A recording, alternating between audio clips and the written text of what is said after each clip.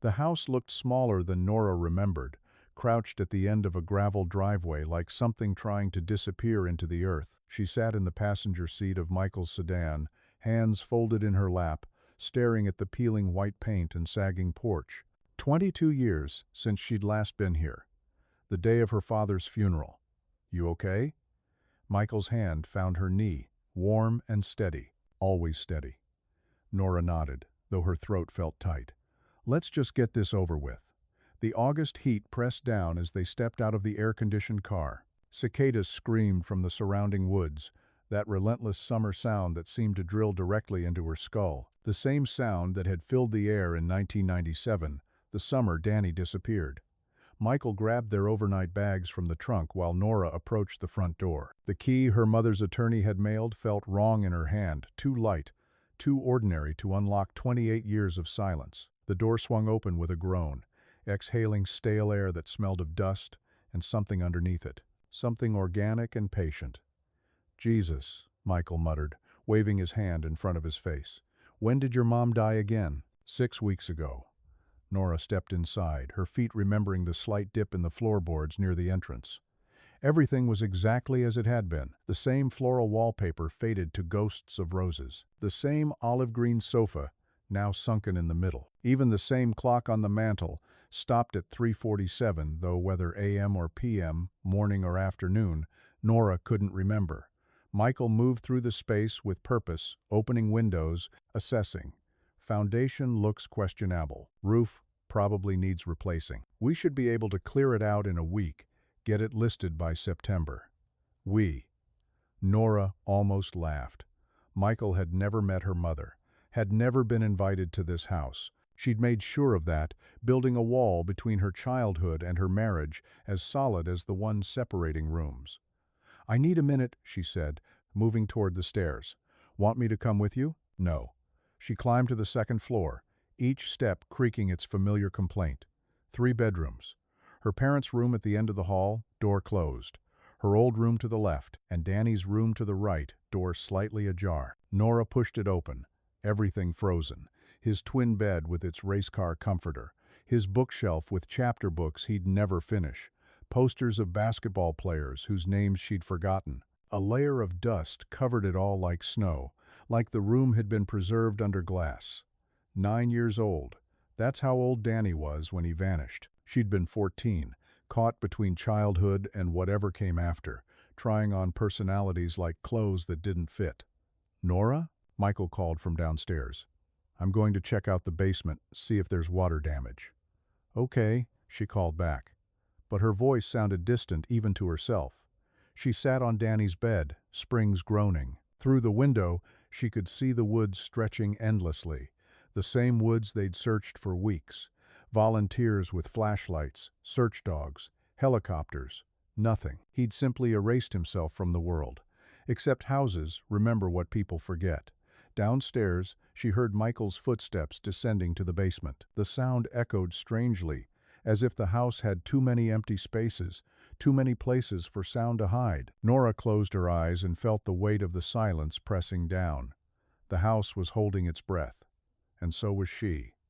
Michael left on Sunday evening, kissing her forehead in that distracted way he did when his mind was already back in the city. "Call me if you need anything. And Nora, don't let this place get in your head." She watched his taillights disappear down the gravel drive, then turned back to the house. It seemed to lean toward her in the dusk, expectant. The first night alone, she couldn't sleep. Every sound felt amplified: the settling of old wood, the scratch of branches against windows, the hum of the ancient refrigerator. At 2 a.m. she gave up and went downstairs to her mother's bedroom. The room smelled of medication and resignation. Her mother had died in a hospice facility in town, but this space still held her essence, that particular combination of Pond's cold cream and bitterness that Nora remembered from childhood. She began opening drawers mechanically, finding the expected things. Outdated clothing, yellowed receipts, a tangle of costume jewelry. Then, in the bottom drawer of the nightstand, wrapped in a plastic shopping bag, journals, 5 spiral notebooks, dates written on the covers in her mother's tight script, 1995 to 2024. Nora carried them to the kitchen table, made coffee she didn't drink, and opened the one marked 1997. June 3rd. Danny asked about it again today.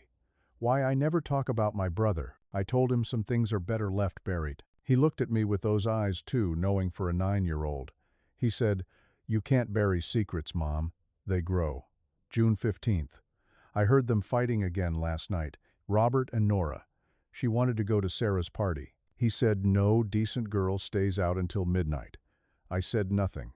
I've been saying nothing for 16 years. July 8th. It happened. God help us. It happened. Robert says we tell no one, that we protect the family. I asked him, what family? The one we had or the one we're pretending to be? The entry ended there. The next page had been torn out, jagged edges remaining like broken teeth. Nora's hands trembled as she flipped through the rest. More torn pages, gaps of weeks, then months. Then, in August.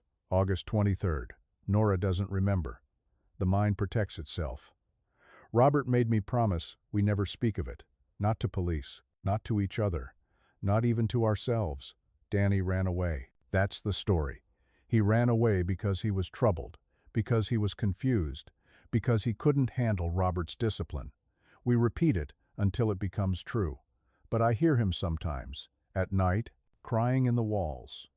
Nora closed the journal, her heart a fist hammering against her ribs. Her mother knew, had always known. And Nora. What had Nora known?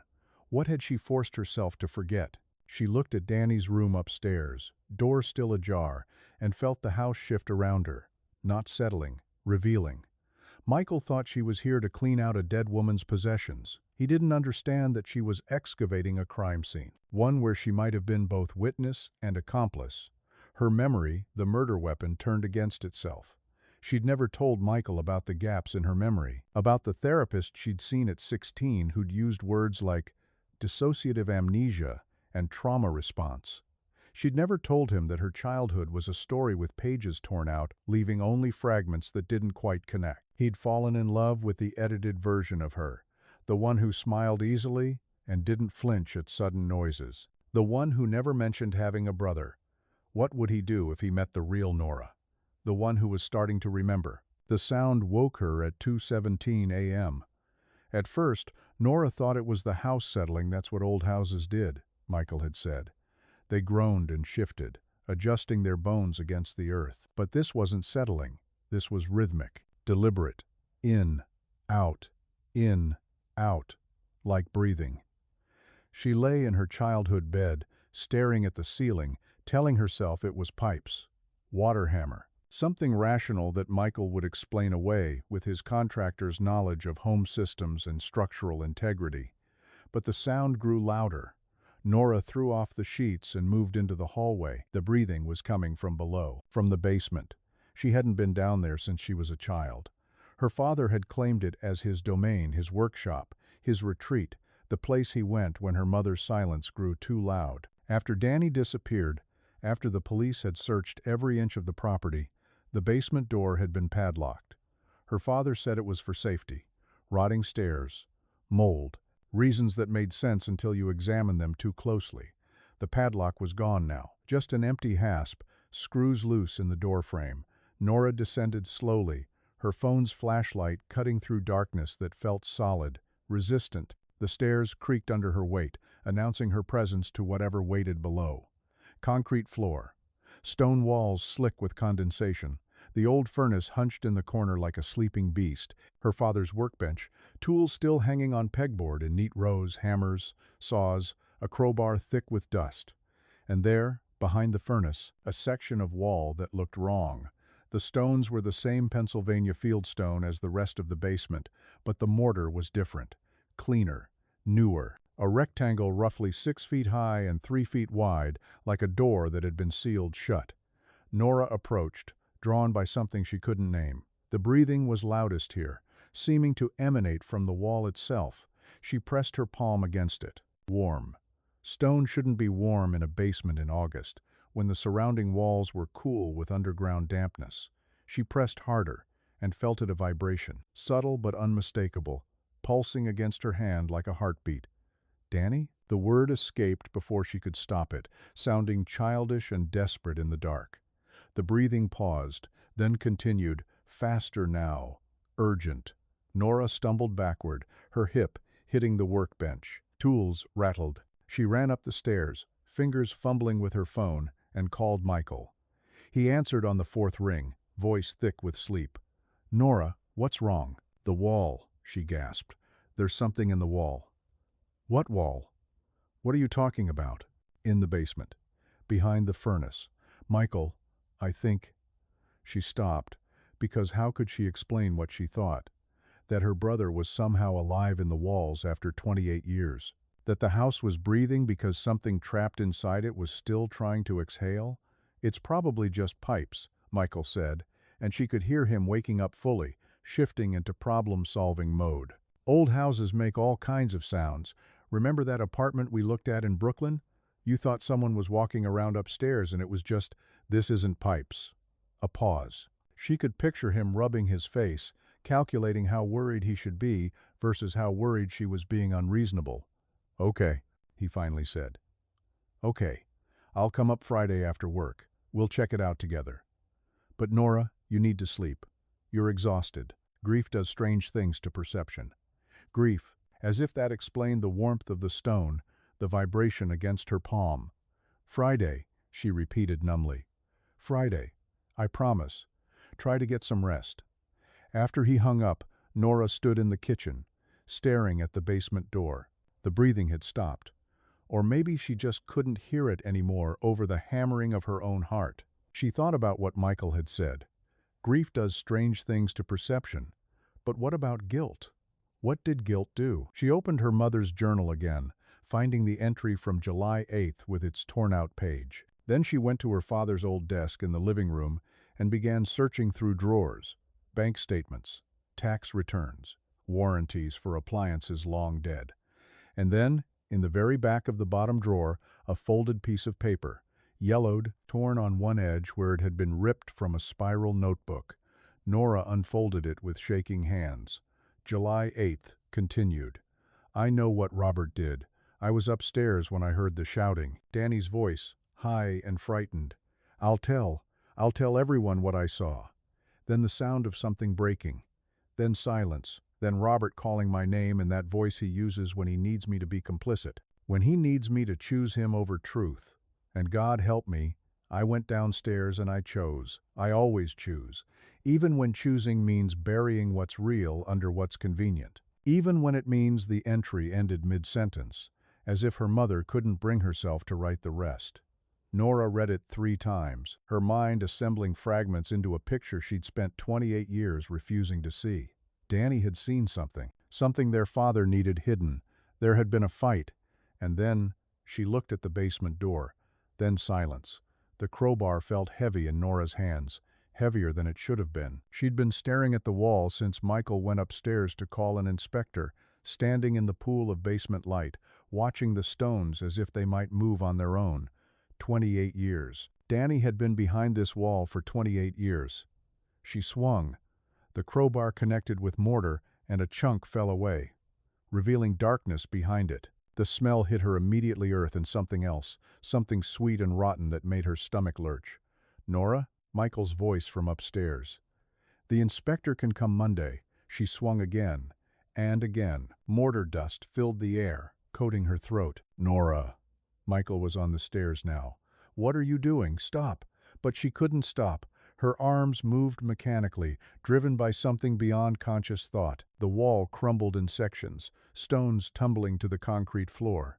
Behind them, a hollow space, a cavity carved into the earth. Michael grabbed her arms. "Jesus Christ, stop! You're going to bring the whole—" He saw it then. They both did. In the beam of her phone's flashlight, bones. Small bones, arranged in a heap on the dirt floor of the cavity. A skull, child-sized, tilted at an angle. Scraps of fabric, faded beyond color. And there, resting against the skeleton's ribcage, a metal lunchbox, rusted, covered in stickers of cartoon characters from the 90 seconds. Danny's name was written on it in permanent marker, the letters still visible after all these years. Nora's legs gave out. She collapsed onto the concrete, a sound escaping her throat that didn't seem human, something between a wail and a laugh, the sound of a mind breaking open. Michael stepped back, his face gray in the flashlight's glow. "Oh my God! Oh my God!" He pulled out his phone with shaking hands. "I'm calling 911. Don't touch anything. This is a crime scene." But Nora was already crawling forward, reaching into the cavity. Her fingers found the lunchbox, lifted it out. It was lighter than she expected, rattling slightly. She opened it. Inside, a child's treasures, Pokemon cards, a Swiss Army knife, a photograph of her and Danny at the beach, both grinning, before everything broke. And underneath it all, a folded piece of notebook paper.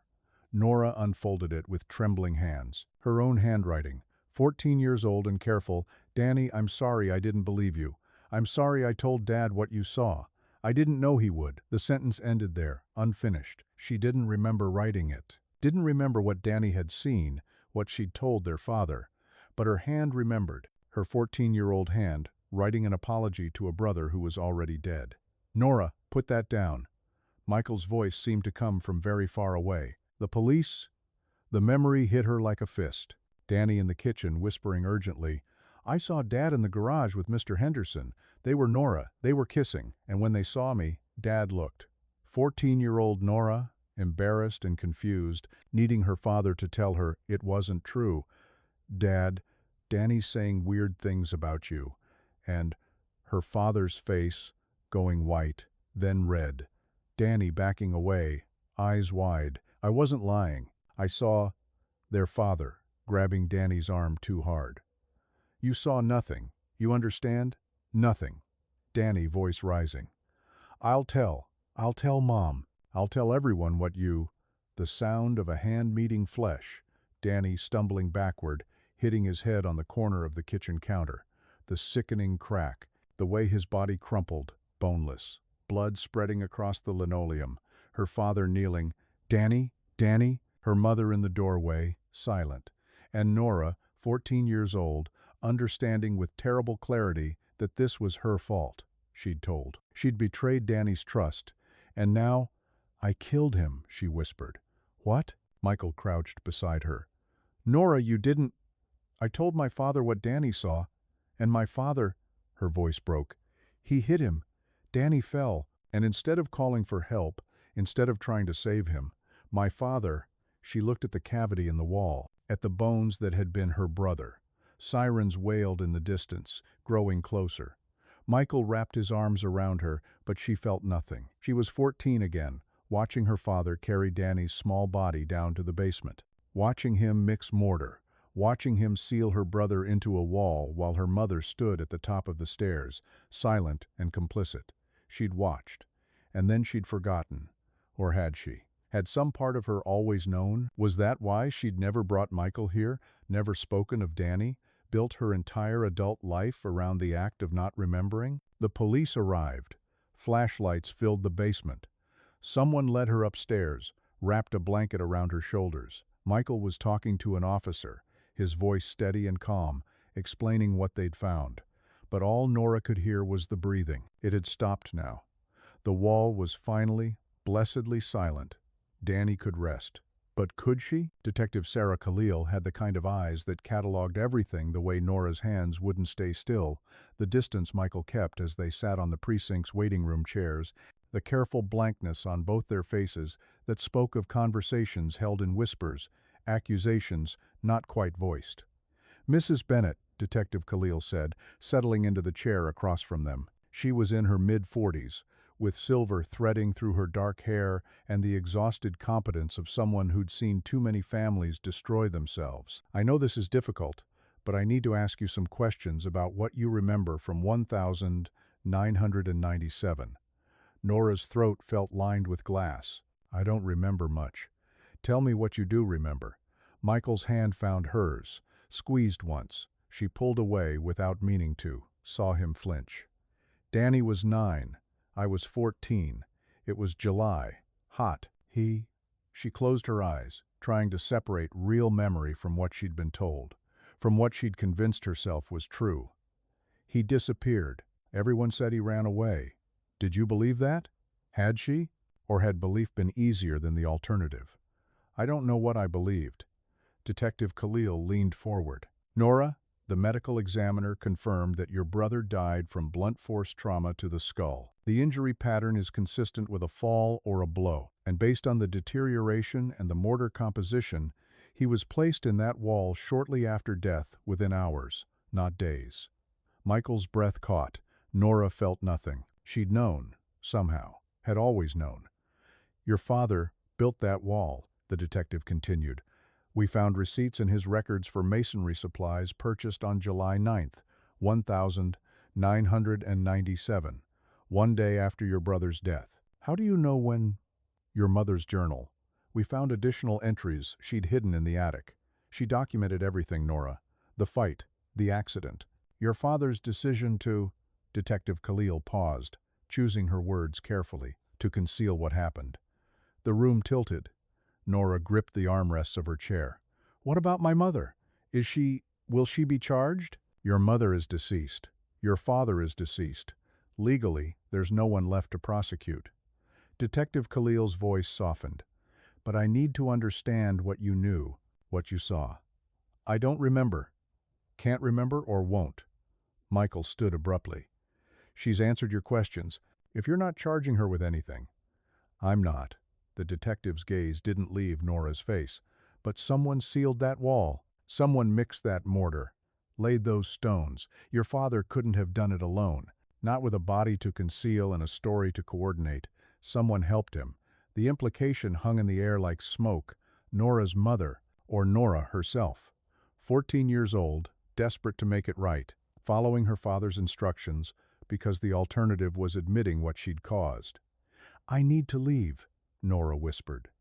They drove back to the city in silence, Michael's hands tight on the steering wheel.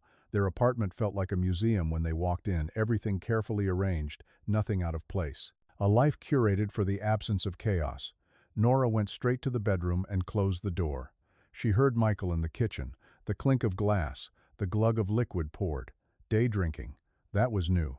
Or maybe it wasn't. Maybe there were 100 small things she'd stopped noticing about him, the same way he'd stopped noticing her. When had that happened? When had they become two people performing the motions of marriage without remembering why? Her phone buzzed. A text from an unknown number. This is Detective Khalil. I've contacted a trauma specialist who works with recovered memories. Dr. Lena Torres. I'm sending you her information. What happened to you was not your fault, Nora, but you need help to process it. Not your fault. The words felt obscene. Danny had trusted her. She'd betrayed that trust. Everything that followed had been a consequence of her choice. Michael knocked softly. Can I come in? It's your apartment, too. He opened the door, stood in the frame like he was afraid to enter fully. I talked to my brother. James thinks we should get you a lawyer. Just in case the investigation, I don't need a lawyer. Nora, they're going to keep asking questions about what you knew, what you did, what I did. She looked at him, really looked at him for the first time in days. You think I helped kill my brother? No, God, no. But you were there. You knew something, and you never… He stopped, ran his hand through his hair. 8 years, Nora. We've been married for 8 years, and you never mentioned you had a brother. You never mentioned any of this. Would you have married me if I had? The silence that followed was answer enough. Michael sat on the edge of the bed, careful to leave space between them. I don't know what to do here. I don't know how to help you. Then don't. What? Don't help me. Don't fix me. Don't… Her voice cracked. Don't look at me like I'm something broken that you need to repair or throw away. I'm not, but he was. She could see it in his eyes, the calculation happening behind them. How much of this could he handle? How much damage could he absorb before it became too much? She'd seen that look before, on her mother's face, every time her father came home drunk. The moment of decision, stay or go, endure or escape. Her mother had always chosen to stay. Nora had promised herself she'd be different. I'm going to see the therapist, she said quietly, Dr. Torres, and I need to do it alone. Okay, that's good. I think that's good. Michael, she made herself say it. I think you should stay with James for a while. His face went pale. You're asking me to leave? I'm asking you to let me figure out who I am without worrying about who you need me to be. Doctor, Lena Torres's office was in a brownstone in Brooklyn, the kind of place that tried very hard to feel safe, soft lighting, plants in every corner, abstract art that suggested emotion without demanding it. Tell me why you're here, Doctor, Torres said. She was younger than Nora expected. Maybe 40, with kind eyes, and the patient stillness of someone who knew how to wait. My brother died 28 years ago. I'm starting to remember things I'd forgotten, or things I made myself forget. What are you remembering? Nora closed her eyes. That it was my fault. Tell me about that. And so she did. The words came slowly at first, then faster, spilling out like poison she'd been holding in her mouth for decades. Danny's discovery, her betrayal, the fight, the terrible crack of skull against tile. I told my father, Nora whispered. Danny trusted me with his secret, and I told. And then my father, he didn't mean to kill him.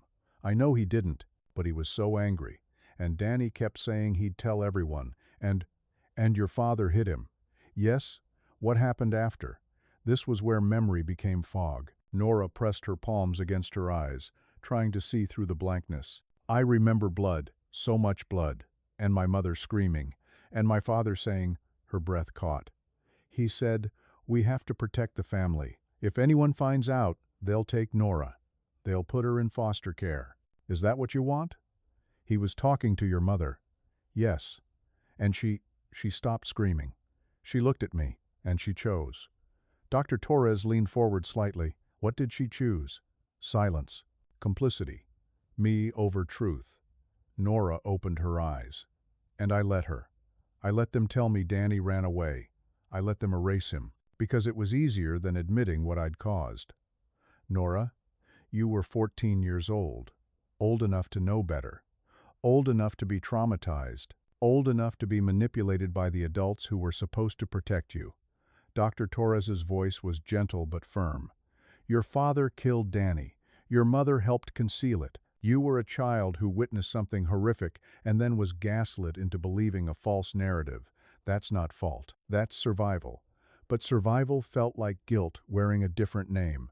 My husband left, Nora said abruptly.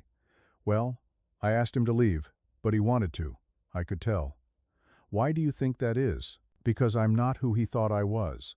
He married someone uncomplicated, someone who didn't have, she gestured vaguely at herself, all of this. And who are you really? The question sat heavy in the air. Nora thought about the girl she'd been at 14, sharp-tongued, loyal, fierce. The girl who died the same day Danny did, replaced by a carefully constructed version designed to take up less space, cause less trouble, remember less pain. I don't know, she admitted. I've spent so long being what other people needed that I don't know who I am without them. Doctor, Torres nodded. Then maybe that's where we start. That night, alone in the apartment that felt too big without Michael's presence, Nora received a call from Detective Khalil. We found something else, the detective said without preamble. In your mother's safety deposit box. A videotape, VHS. It's dated July 8th, 1997. Nora's blood went cold. What's on it? I think you should come see for yourself. Just tell me. A pause. Then, it's your father, confessing. He filmed it the night Danny died, before he sealed the wall. I think, Detective Khalil's voice softened. I think he wanted someone to know the truth. Eventually, when it was safe. Safe, Nora repeated numbly. For who? For you. The video was everything and nothing Nora expected. Her father, younger than she remembered, sitting in the basement with the sealed wall behind him, drunk, crying. Her name was Nora, he said to the camera, voice thick. My daughter. She's 14. Smart as hell. And I destroyed her life. He told the story then, all of it. Danny seeing him with Thomas Henderson. The panic, the confrontation, his hand connecting with Danny's face harder than he'd meant. The way Danny stumbled backward, skull meeting tile with that sound he'd hear for the rest of his life. I could have called 911, he said. Could have told the truth. Accident. That's all it was. But Thomas, he panicked, said we'd both be destroyed. And I thought about Nora. about how she'd just told me what Danny saw, how it would look. Like she knew, like she was part of it. He wiped his face, leaving mortar dust across his cheek. So I'm protecting her the only way I know how, by making sure no one ever knows what really happened. Danny ran away. That's the story. And Nora, his voice broke, Nora will forget. She's already starting to. The mind does that, protects itself. By the time she's an adult, this will be a bad dream she can't quite remember. He looked directly at the camera. If you're watching this, Nora, if it's you, and you're old enough to understand, I'm sorry. I'm so goddamn sorry. You deserved better. Danny deserved better. But I was weak, and I made you pay for my weakness. I hope, he swallowed hard. I hope you built a good life. I hope you found people who loved you better than I did. And I hope you can forgive me, even though I don't deserve it. The video ended. Nora sat in Detective Khalil's office, staring at the blank screen. There's more, the detective said quietly. We located Thomas Henderson. He's willing to testify about what happened, about his relationship with your father, about the cover-up. Why now, after 28 years? Because he has a son, 9 years old, same age Danny was.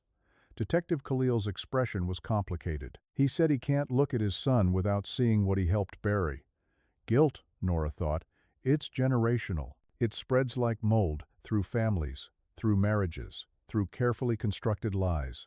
What happens now? She asked. Now the truth comes out, officially, publicly. Danny gets justice, even if it's just his story being told correctly. Detective Khalil hesitated. How do you feel about that? How did she feel? Nora wasn't sure. Relieved, terrified, grief-stricken, free. All of it and none of it.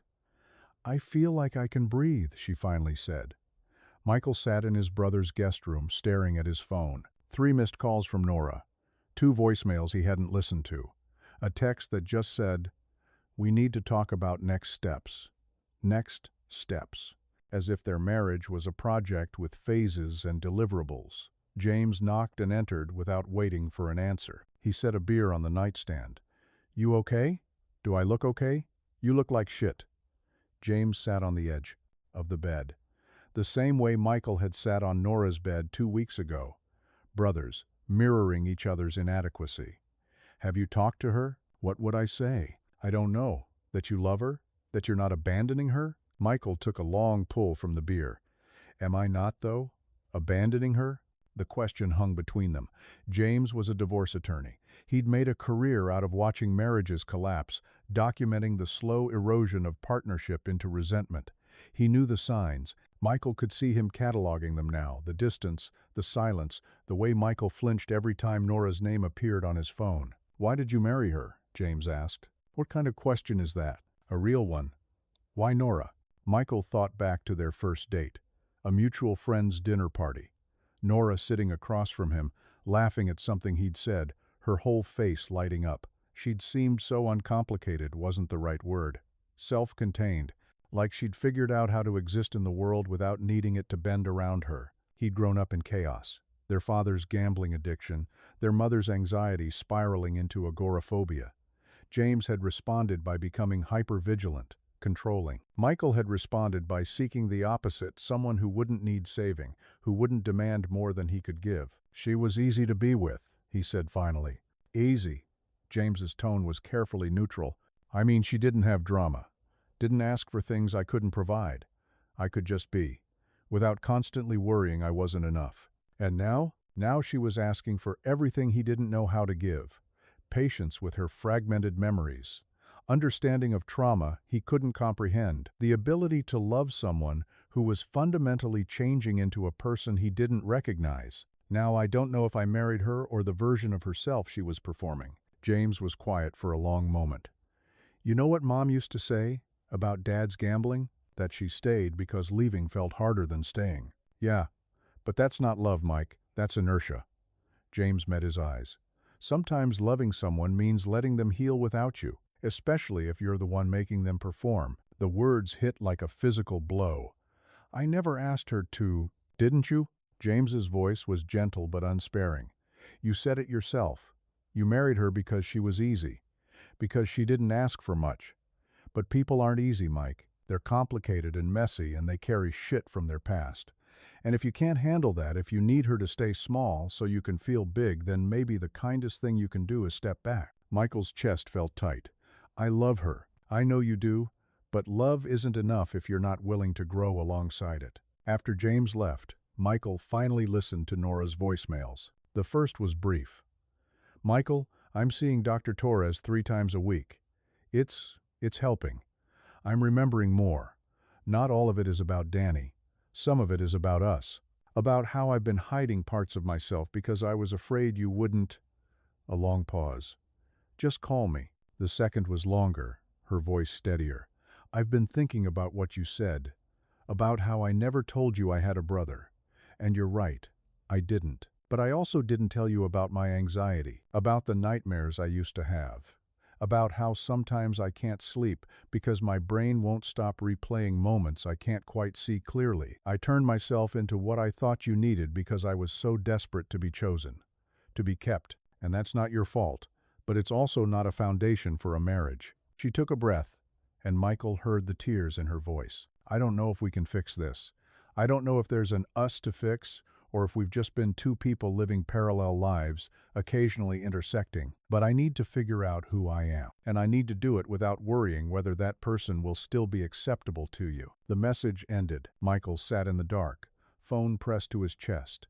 He thought about his parents' marriage, his father's promises to quit, his mother's desperate need to believe them. The way dysfunction could look like love if you squinted hard enough. He'd promised himself he'd be different, that he'd build something stable and sane. But stability wasn't the same as intimacy, and sanity wasn't the same as truth. He texted James. I think I need to see someone too, a therapist. Can you recommend anyone? The reply came quickly. Already sent you 3 names. Proud of you, little brother. Michael stared at Nora's contact in his phone, her name, the photo from their wedding, her bright smile that now felt like a mask he'd helped her create. He loved her. He did. But James was right. Sometimes, love meant stepping back, letting go, admitting that what you'd built together was beautiful but unsustainable, constructed on a foundation of avoidance and mutual performance. He typed out a response. I got your messages. I think you're right. About all of it. I'm going to talk to someone too. Figure out why I needed you to be simple instead of real. Take the time you need. I'll be here not as your husband trying to fix you, but as someone who wants you to be whole. He hesitated, then added, even if whole means without me. He hit send before he could second guess it. Then he opened his laptop and started researching therapists who specialized in codependency and conflict avoidance. Because maybe the kindest thing he could do for both of them was finally learn how to stop hiding. Detective Khalil called on a Tuesday morning, 3 months after they'd found Danny's body.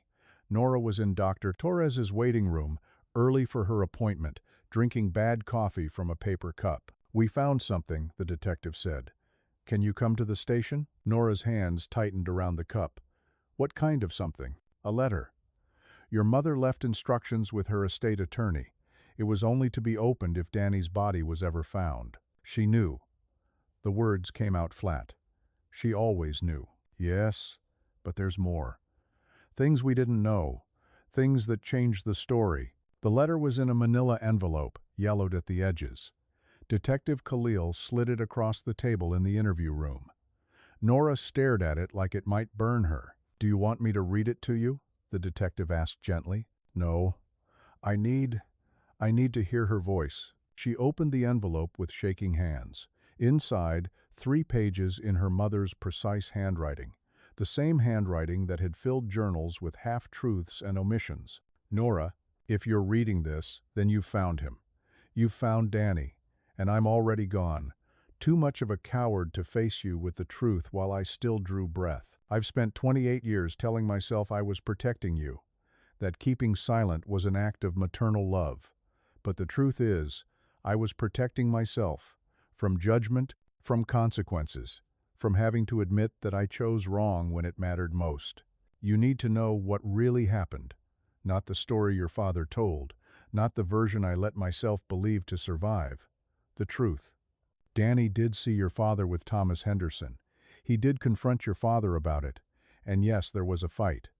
But it wasn't just your father's anger. It was fear, fear of exposure in a time and place where being gay could destroy a man's life. Thomas panicked. He was the one who grabbed Danny. He was the one who pushed him. Your father tried to catch him. God, Nora, he tried. But Danny fell so fast.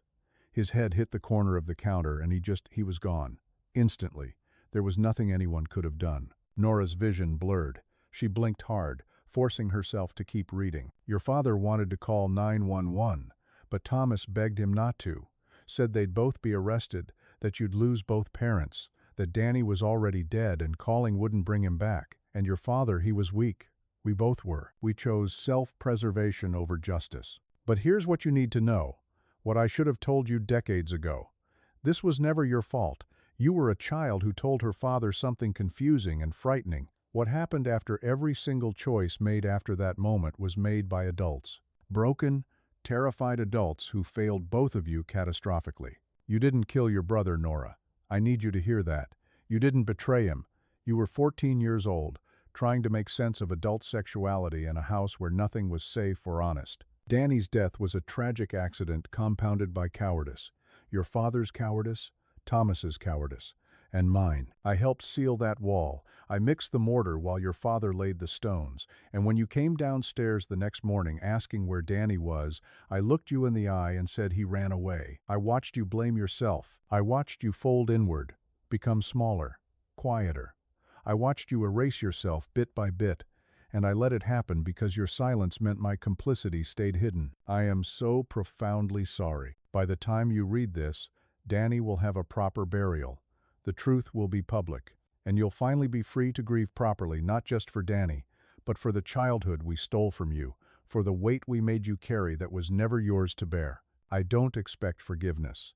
I don't deserve it. But I hope you can find peace. I hope you can rebuild yourself from the girl you were before that terrible summer. And I hope you can love yourself with the ferocity I should have shown you. Your father left a video. Detective Khalil will have shown it to you by now. He wanted you to know he loved you, despite everything, that his greatest regret wasn't Danny's death accidents happened, but the choice to hide it, to make you complicit in a lie that poisoned your whole life. As for me, I have no excuses. I was supposed to protect you both. Instead, I protected a secret. I hope wherever I end up, Danny is there. I hope he gets to tell me exactly what he thinks of the mother I was. I deserve his anger more than I ever deserved his love. Live, Nora. Really live. Not the half-life of someone afraid of taking up space. Not the performance of normalcy you've perfected.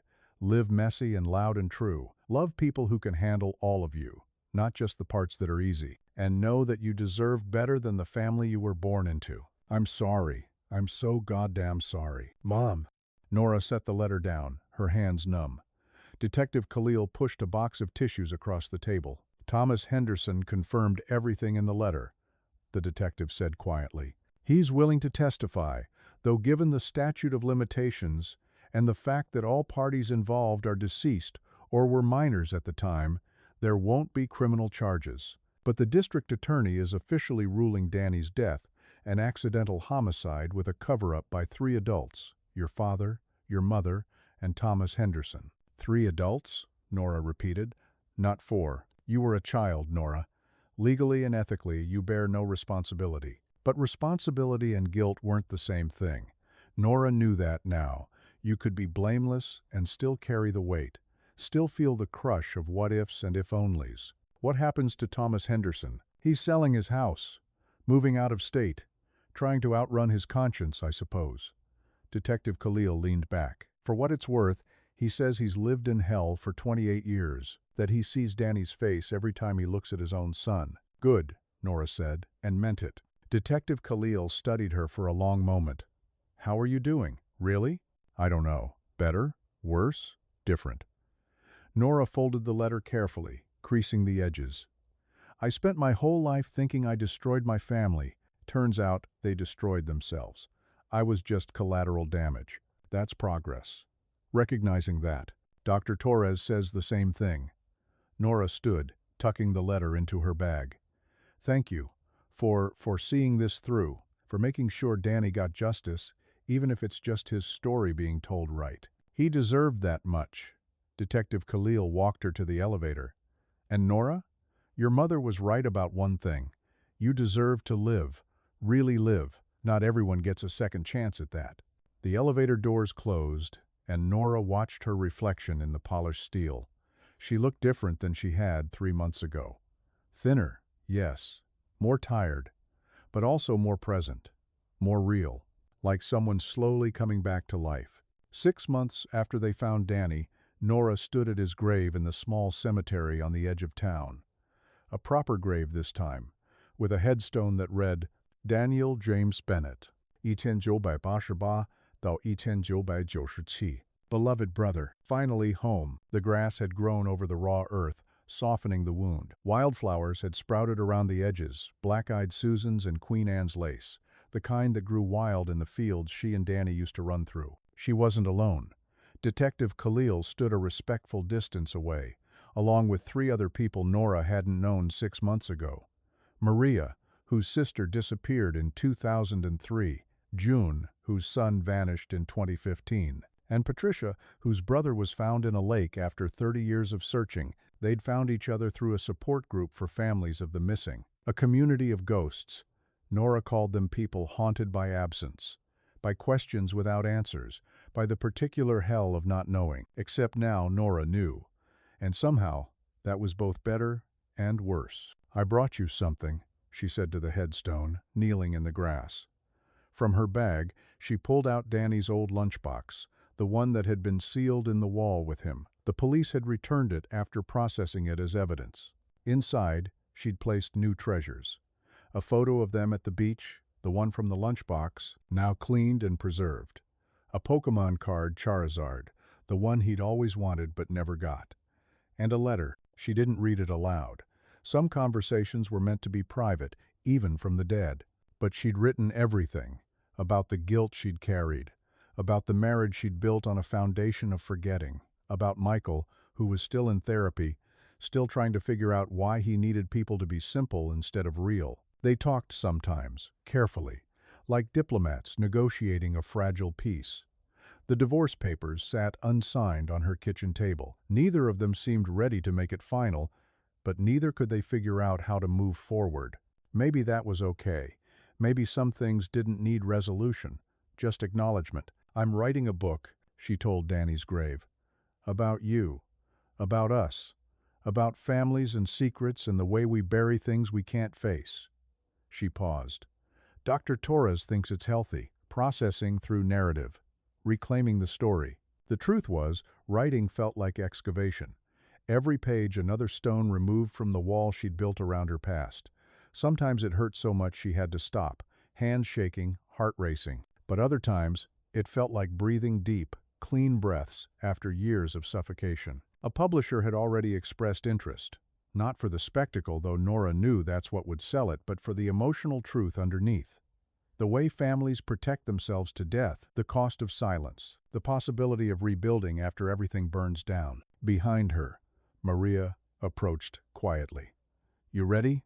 They were planting a tree today, a memorial, not just for Danny, but for all the missing ones, all the siblings and children and parents whose absence carved permanent holes in the world. Nora stood, brushing dirt from her knees. Yeah, I'm ready. The house had been demolished in March. Nora had stood and watched as the excavator tore into it, walls crumbling like paper. The basement where Danny had been entombed was filled with dirt and planted over. The land would sit empty for now. Eventually, maybe, something new would grow there, but not yet. Some ground needed time to heal. Michael had come to the demolition. They'd stood side by side, not touching, watching their different versions of the past collapse into rubble. Afterward, they'd gotten coffee at the diner in town, the same one where Nora's family used to eat Sunday breakfast, back when they were still pretending to be whole. I'm thinking about moving, she'd told him. Maybe Vermont. Somewhere I've never been. Somewhere without ghosts. That sounds good. He'd stirred his coffee absently. I'm thinking about changing careers. Something less about winning and losing. Maybe teaching, mentoring kids who need, he'd stopped, swallowed, who need adults who actually see them. They'd both recognized what they were doing, becoming different people, growing in directions that might never converge again. I don't hate you, Nora had said. I don't hate you either.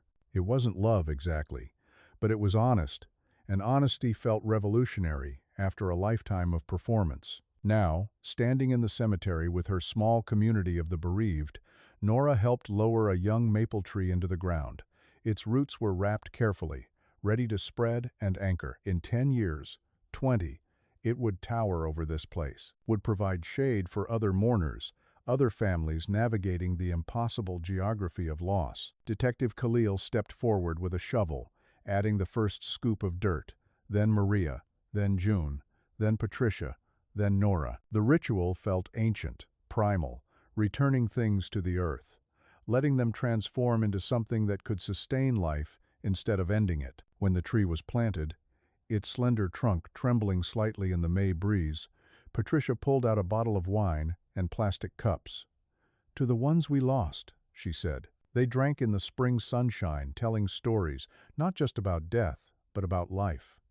About who Danny had been before he became a tragedy, who Maria's sister had been, June's son, Patricia's brother, returning them, bit by bit, to the world of the living. That night, alone in her apartment, the one she'd moved to after Michael moved out, Nora opened her laptop and wrote, Chapter 1, The House That Remembers. My brother Danny disappeared when I was 14. For 28 years, I believed he'd run away. For 28 years, I believed it was my fault. Both of those things turned out to be lies.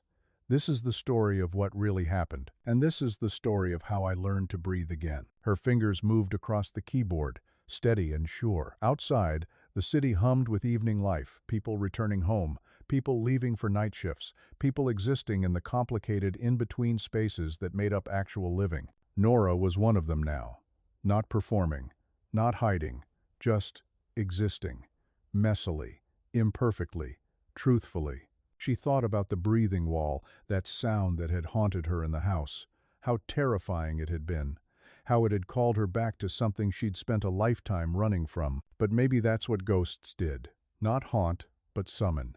Not trap, but release. Danny wasn't in that wall anymore. He was in the earth, becoming something new, feeding the roots of the maple tree, giving life instead of representing death. And Nora was finally, devastatingly, beginning to live. She wrote until midnight, until her eyes burned and her back ached. Then she saved the document, backed it up twice, and closed the laptop. Tomorrow, she'd write more. Tomorrow, she'd continue excavating the past and building something new from its ruins. But tonight, she walked to the window and opened it wide. Let the spring air fill her apartment. Let it fill her lungs. And she breathed in, out, just like a wall, just like a house, just like someone who'd been holding their breath for 28 years and finally remembered how to exhale. The city breathed with her. And somewhere, she imagined, Danny did too. Free at last. Both of them, finally free.